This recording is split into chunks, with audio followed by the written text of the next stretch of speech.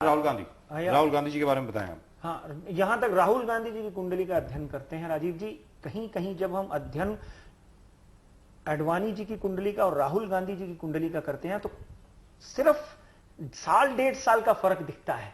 अगर साल 1.5 साल अपने पास में और होते, यानी यही इलेक्शन 2010 में हुआ होता, तो राहुल गांधी बहुत से दलों का समर्थन लेकर देश के सबसे युवा प्रधानमंत्री के रूप में आते।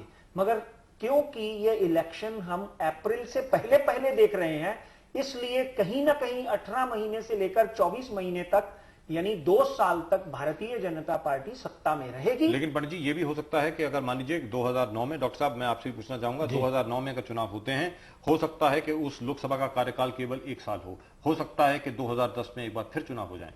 आई appreciate your question.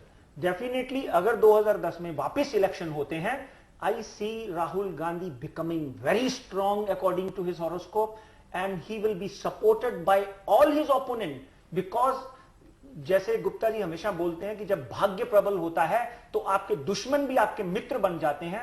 Rahul Gandhi की कुंडली का जब अध्ययन करते हैं, इस बात में कोई दो राय नहीं कि वो इस देश की आर्थिक स्थिति के लिए, देश की स्पिरिचुअल स्थिति के लिए, देश की तरक्की के लिए सबसे उत्तम नेता के रूप में उभरेंगे। डॉक्टर साहब आप बताएं।